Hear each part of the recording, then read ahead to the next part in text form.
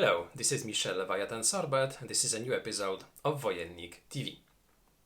When in 1806 Napoleon smashed Prussia in the twin battles of Jena and Auerstedt, when his armies took Berlin and Gdańsk, everyone thought that the war was over. Everyone apart from the Prussian king and the Tsar of Russia. The Prussian king decided to continue fighting and to rely on his Russian ally. The Russian army was marching eastward, and it is only after a series of very bloody battles, including Pułtusk, Eylau and finally Friedland, that the French managed to secure a win in this war. Why am I telling you about it? Well, because I'd like to show you today a game which will cover the second part of the campaign fought in 1807. This will be the unboxing of Napoleon 1807, published in 2020 by Shakos. Shakos is a French company which released an earlier title covering the campaign of 1806. So this is a re-implementation, or rather a continuation of Napoleon 1806. This time we will be covering the campaign of Poland, fought in 1807. This is a game created by Denis Sauvage for 2 players. One of them will take control of the French forces led by Napoleon himself. The second will take control of the Russian army trying to stop the march of the French towards eastern Prussia. It is also possible to link 1806 with 1807 because there are some scenarios in this game which will allow you to use both games. The time of play will depend on the scenario chosen. We have 13 of them in this game, and it will vary from 60 to about 180 minutes. Today I'd like to open the box and to take a look at the elements which are inside. So let's begin. Here is Napoleon 1807, the proud continuation of Napoleon 1806. This is the campaign of Poland, La Campagne de Pologne. As you can see, the box cover pretty similar to the one that we had in Napoleon 1806. The difference is that here we have a different background color. Napoleon 1806 was with a reddish yellow background. Here it's blue, and I think it's a nice idea because when looking at this box cover, I'm thinking of winter, I'm thinking of snowy weather, and some of the battles fought during this campaign were fought during freezing temperatures in February or March 1807. The terrible Battle of Eylau is such an example, so the background color is in my opinion a nice idea. On the second side, on the back side of the box, you can see how the components of the game look. You can also read a brief description about the setting, about the campaign of Poland. Then we have also the information that this is a game for 2 players, aged 14 or higher. The time of play 90 minutes, but it will depend on the scenario chosen. Then we have also a list of the components which are inside. So let's open this big box and let's take a look at all those components. The first component is a quick start brochure in which you can read how to prepare the game, how to play, what are its general concepts. This will be something useful for new starters who didn't play Napoleon 1806, but also when you want to return to the game after some pause. As you can see, this brochure is printed in the same size as the box. It's in color with some graphical examples. The same will concern the rule book, which you will see in a few moments. Then we have stickers, because in Napoleon 1807, as well as we did in 1806, we will receive wooden blocks on which we will apply stickers representing leaders, corps. So we have the French leaders, for instance, Augereau, Bernadotte, Bessières, Murat, Ney, Soult, Savary, Masséna, Mortier, all the major actors of this campaign. And the belligerents on the Russian side will be the Russian generals, the Russian leaders, Platov, Lobanov, Lestok, Golitsyn, Essen, Bagration, and all the ones which participated in this campaign. The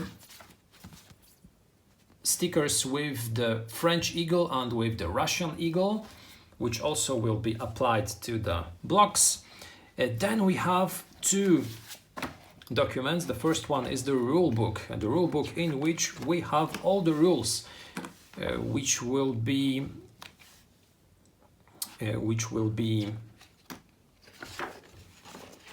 useful during the gameplay. First of all, we have a short introduction, then we have a list concerning all the components which are inside the box and the purpose. Then we have information about on how to set up the game. As you can see, each of those pages has some graphical examples. Then we have rules for beginners, and those are the basic rules which will firstly introduce the basic key game terms, then the sequence of play. Then we have information about how to move our units during the game, how combat will be resolved, and how to determine victory. Finally, we have also rules for the grognards, because we have both basic and advanced rules. In the advanced rules, we will find, for instance, rules governing fog of war, cavalry vedette, and at the end we have also a card manifest explaining the cards which are found in the game, and also some explanations. So this is a nice addition, because in some games which have cards, there are sometimes some issues concerning cards interpretation. Here it's explained in this additional appendix. We have also a document with scenarios, and we will have a lot of them. As you can see, the document is 36 pages long, so it's a long document with a lot of interesting battles. In fact, we have 13 different scenarios. Scenarios 1 through 7 will be the campaign scenarios, and they will be played in 1 to 2.5 hours. Scenarios 8 through 10 will be the battle scenarios, which can be played in less than an hour. So this is extremely interesting, especially if you have less time. Scenario 11 is the great campaign, which will enable you to play the whole Polish campaign from December 1806 to June 1807. And finally, an extremely interesting addition, scenarios 12 and 13, which enable us to link Napoleon 1806 with Napoleon 1807. This is a brilliant idea, because thanks to it we can use both games. We can play a huge campaign using elements from both games. As you can see, those scenarios are additionally rated as easy, average, or difficult, and we have also some additional rules which tell us how to prepare the game board. The first scenario is the Pułtusk campaign, which is a difficult scenario, as you can see, with a historical background, with a depiction on how to prepare the pieces, how to prepare the game board, how to place different markers, what are the victory conditions, what are the special rules. The second scenario is difficult also. It is the second scenario in the Pułtusk campaign. Then we have In the Mud of Poland. Yes, well, it was a muddy campaign. Then we have the Eylau campaign. We have another scenario in the Eylau campaign, Friedland campaign, different scenarios. The Battle of Eylau, yes. Then we have also scenario 11, which, as I said earlier, is the whole campaign, and scenarios 12, 13 will enable us to link both games. And at the end of this booklet, another interesting thing, a description of the campaign history and some design notes. I always read those very carefully and very with a great interest, because I like both reading about the setting of the game, but also about the designer's philosophy and about some decisions that the designer made when designing his own game. So I always enjoy such reading. It helps us to better understand why some things work as they work in a game. Then we have also one for each player. Those will be the stands, or rather the screens, which will be used by both players. As you can see, one screen for the French player, one screen for the Russian player, but their purpose is also to have player aid, because you have a game sequence printed on this screen. So as you can see, when using this screen, you will also be able to take a look at some of the elements governing moving, combat, or commanders, etc. The board is big. It is a mounted map which will represent the whole territory on which this campaign was fought. It will represent a big part of nowadays Poland, but with names printed in English, or sometimes even in German. So we'll have, for instance, Danzig instead of Gdańsk. We'll have Elbing instead of Elbląg. We'll have Allenstein instead of Olsztyn, but this is due to the historical setting, due to the historical names. Osterode, which is Ostruda nowadays. So a big part of Poland, as you can see, but also some parts of nowadays Russia, because Königsberg, which you can see at the top of the map, is part of Russia, which is a consequence, of course, of the Second World War. Königsberg nowadays is known as Kaliningrad. The map, as you can see, as I said a few moments ago, is a mounted map, a big map, which will represent the territory, which is not divided into hexes, on which you will find some boxes on which units will be placed. We have some roads linking those spaces. We have some rivers, we have some woods, and some cities or towns, which will be also important locations during the game. A very pretty map, and it becomes even more pretty when you place the units on this map. Then we have some player aids, which will be used for the 3 different battles: Eylau, Friedland, Pułtusk. They are, as you can see, double-sided, and they represent the corps and the leaders. And then also 2 fantastic bags. Look at them. Very pretty bags in which we will be placing cubes, and one for the French player with the French eagle, one for the Russian player with the 2-headed Russian eagle. A lot of wood, a lot of playing pieces, which will include the blocks. The blue ones will be for the French player, the green ones for the Russian player. Now those are the blocks on which we will apply the stickers shown a few moments ago. We have some dice, 6-sided but with different faces than a standard 6-sided dice. We have some red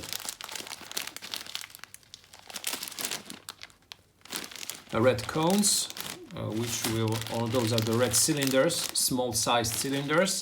Then we have small yellow and blue cubes. Additional markers used, for instance, for sieges or fortresses. Green and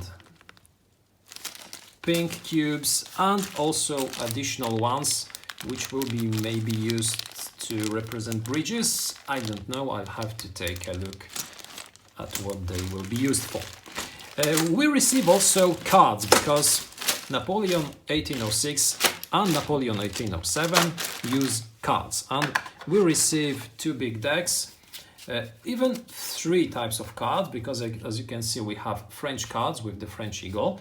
Those are Prussian cards, because there are those additional scenarios which enable us to link Napoleon 1806 to Napoleon 1807, and those are the Prussian cards which are used when playing those scenarios. Now those cards each have a fantastic picture which will further increase our playing experience. We have the name of the card, we have some other information on them, and a text telling us what the card does. So we have, for instance, counter orders, forced march, cannon sounds, reaction, hussars, confusion, élan, care, fatigue, skirmishes, conscripts, anticipation, orderly retreat, etc., etc. A lot of different cards, and this will additionally increase the replay value of each game.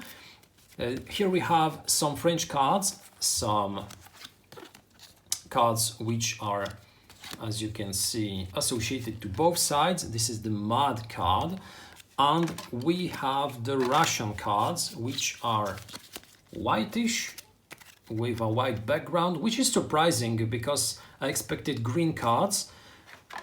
White is at most times reserved for the Austrians when we speak of games concerning Napoleonic Wars, but here it's used for Russian cards: reinforced position, confusion, snow, forced march, fatigue, destroyed bridge, reaction, rain, Kaminsky, sacrifice, pontoon bridge, etc. So you have a lot of cards. Each of them will be interesting, and as I have shown you a bit earlier, each of those cards, or the majority of those cards, is also explained in the rule book. So if you have any doubt how to use such a card, you can always take a look at the rule book. And those are all the elements which are inside the box of Napoleon 1807. Now I'd like to share with you my initial thoughts.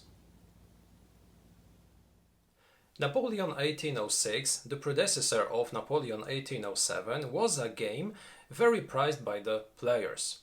It was prized both for the quality of the components, for its innovative mechanics, as well as for the great dynamic and the interesting gameplay. So the expectations concerning Napoleon 1807 are quite high. And at least in terms of the quality of the components, I must say that this is a very, very high quality game. We receive tons of material which will be used during the game. We receive a very pretty, sturdy, mounted board, which in my opinion will be extremely functional and even more pretty when we place the playing pieces on it. We receive not less than 13 different scenarios covering both the campaigns which led to the three major battles on Pułtusk, Eylau and Friedland, the possibility to play the whole campaign, or even play shorter scenarios which will enable us to recreate only the final stages of those battles. And for those who own 1806, an additional bonus, a possibility to link both titles. An extremely good idea, I think it is. It is something which will further increase the replay value of this title, and for those who are looking for monster games, it will be also a solution to recreate this very interesting 2-year campaign fought against the Prussian and the Russian armies by the French. How this game works and what I think about it, well, I'll tell you about it more during a future review. Up until then, I hope that you will revisit our channel in some time. Take also a look at our other unboxings and reviews in English. This was the unboxing of Napoleon 1807 by Shakos. I hope you will have a fantastic day and see you next time.